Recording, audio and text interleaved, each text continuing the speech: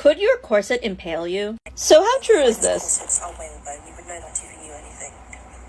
If you ever paid attention, you would also know that's the problem with whalebone, is that it is rather delicate. There's a lot of misinformation about corsets. So let's go back to the early history of whalebone corsets during the time of Queen Elizabeth, for example. Women at court wore very structured gowns, and what they called stays ensured that all of the parts of the garment stayed in place. So basically they'd have these channels where a whalebone would be slipped in. This also coincided with the rise in whaling, where the blubber would be used for heating or light, and the baleen would be used to make things like corsets. But these corsets were not cinched to the point where they'd have miniature waists.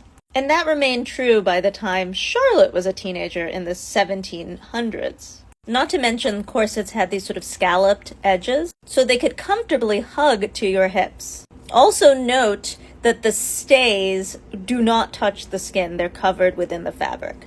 So a corset might feel no more constricting than a bra. And it was only part of the undergarments a woman of the 1740s wore. But during this time, young girls, and definitely teenagers, would have been wearing corsets, so they were pretty comfortable with them by the time they were 17 and getting ready to be married. And they definitely would have been able to comfortably sit in them. Here is Charlotte with her children, and they were not worried about being impaled. They knew they'd be okay.